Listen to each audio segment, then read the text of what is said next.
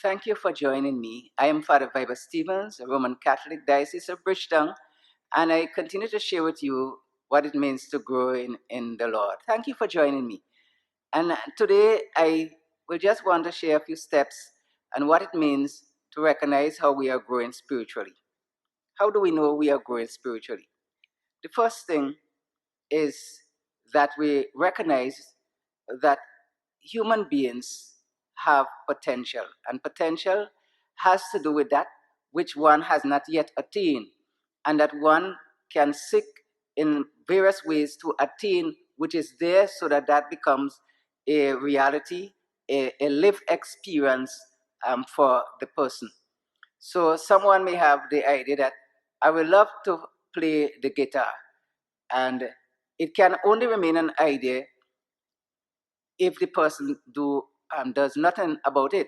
But once the person decides to apply skill, submit the self to learning, and to know the chords and so on, and be able to sing or just play whatever it is, eventually that person will be able to have a symphony that will bring joy to himself and to many others who will hear the music. God is that which is beyond us, and yet seem to be present. And even when seem to be present, he seemed to be absent from our lives. And it means that we must cooperate some way in order to meet and to experience this God. Now, we cannot do anything to make God reveal himself to us.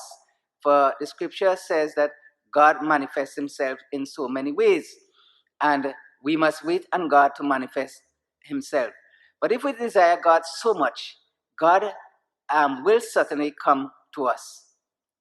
The first thing about growing is to know that there is something greater than ourselves there, and that something is really someone we call God, and that God can be unreachable, but he also can be reachable.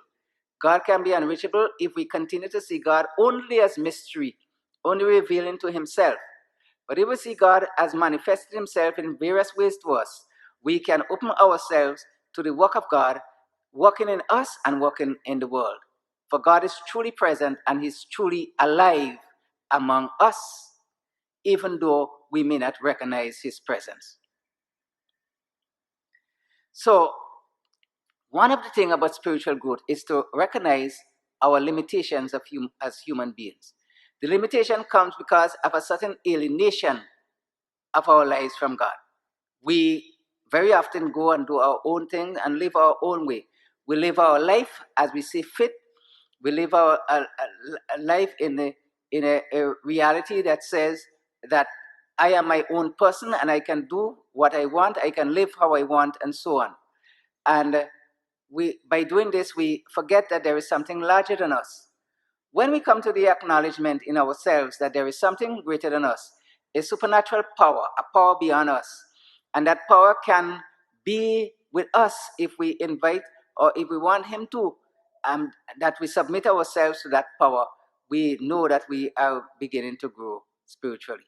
So to grow spiritually involves some level of humiliation of human beings, that I am incapable of pulling down God to myself, but that I must wait on him who will, through his grace, pour out his love upon me and give me the capacity to experience and to grow in knowing him, to grow in union with him. We are all called, my brothers and sisters, to enter into a deep relationship with God. We have to find a way to do that. Not that we can do any way to attract God's notice, but human beings must also make an effort to show God in some way that we want and we desire him. And the more we desire him, the more God will reveal himself to us and make himself known, that God is even right there with us. That we'll discover that there is an intimacy that can be developed with God, that I can speak with him. He is here with me, he's accompanying me, and he is supporting me as I go along. This is what we are called to do. Abandon ourselves to him and know that he is with us always, that we must be open to his love. Amen.